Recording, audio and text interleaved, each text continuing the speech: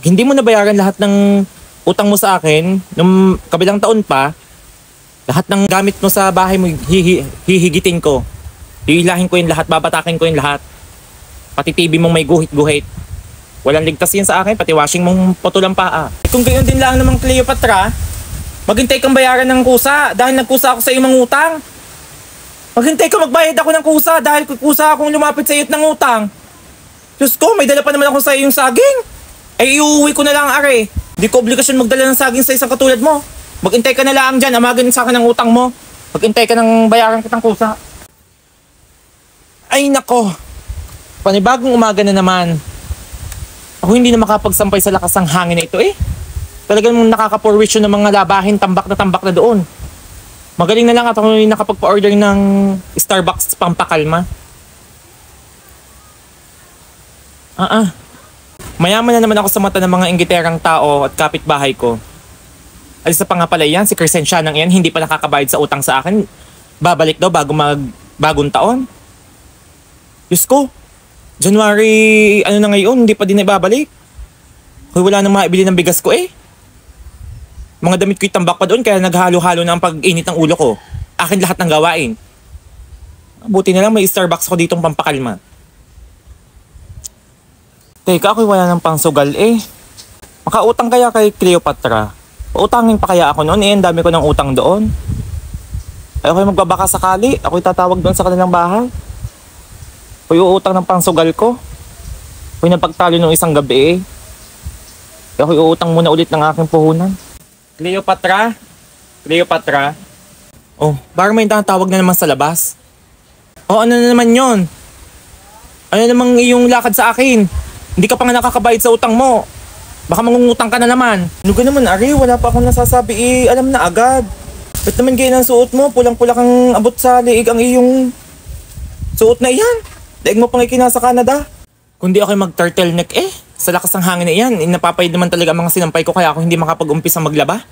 Naasenso talaga eh, naka-Starbucks eh. Inaman. Ako'y uutang sana sa iyo ulit at ano nga, pinagsasaktan ako ng tiyan eh, ako'y magpapagamot. Diyos ko, sabi mo ibabalik mo ng January bago magbagong taon? Hindi mo pa din na ibabalik hanggang ngayon. Hindi ko nga naibalik sa iyo yung inutang ko nung kabilang taon at gawa nga ng na pinagsaktan ako ng tiyan, ginamit ko muna ulit kaya ako ina-postpone, hindi naman nabatak ang aking mga kambing doon. Kung nabatak yun, mabilis kitang mababayaran. Ay na nga ba ang sinasabi ko?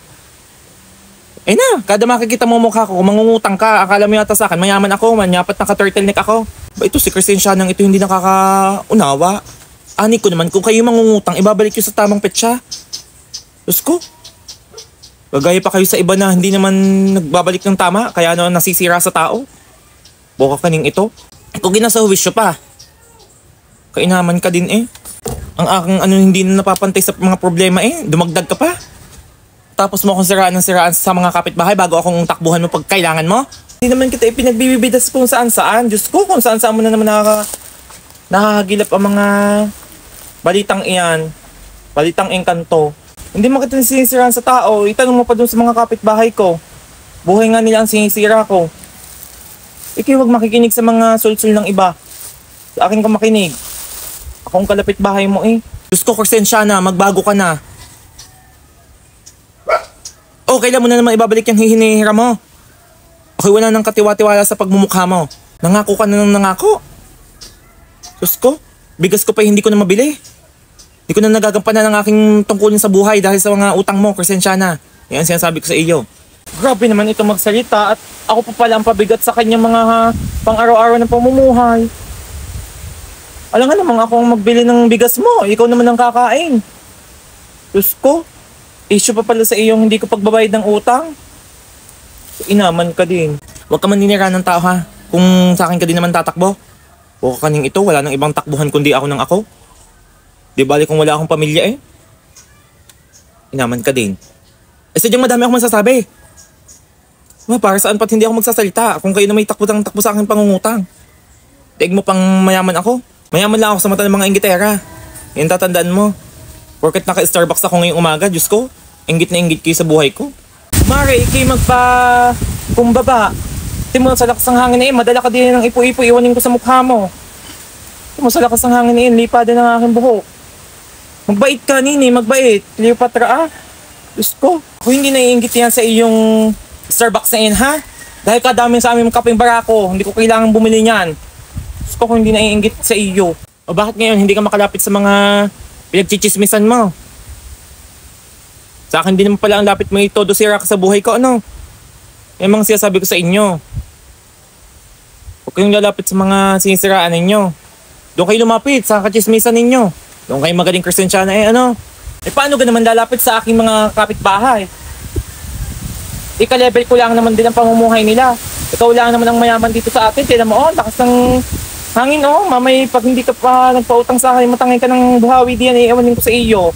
Mauutas ka ng walang kabait ang ginawa sa mundo. Kaya kung sa iyo pa, utangin mo na ako. Mga kapitbahay may kaut-utang dila mo? Bago ang takbuhan may pagwala kay ako?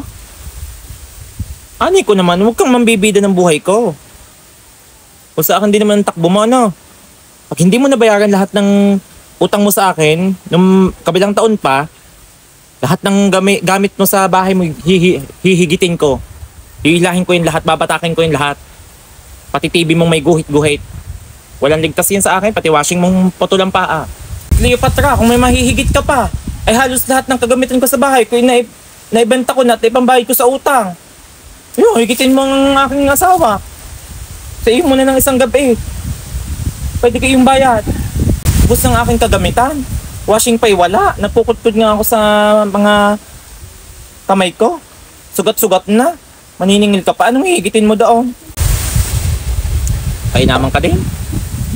Alam mo ako'y araw-araw nag-i-Starbucks. Wala na akong pambili ng Starbucks. Dahil sa utang mo. Natambak na sa iyong may amag na. Kasing amag ng pagmumukha mo. Kainaman ka din ano. Kung gayon din lang namang Cleopatra, maghintay kang bayaran ng kusa dahil nagkusa ako sa iyong mangutang. Maghintay ka magbayad ako ng kusa dahil kusa akong lumapit sa iyo ng utang. Diyos ko, may dala pa naman ako sa iyong saging. Ay iuwi ko na lang are. Diyos ko, di ko obligasyon magdala ng saging sa isang katulad mo. Maghintay ka na lang dyan, amagin sa akin ng utang mo. Maghintay ka ng bayaran kitang kusa. Ano? Ako pa maghihintay sa utang mo? Ay iyon ang utang mo, bulukin mo sa iyo. Ako din nga naman pala maghihintay niyan habang buhay.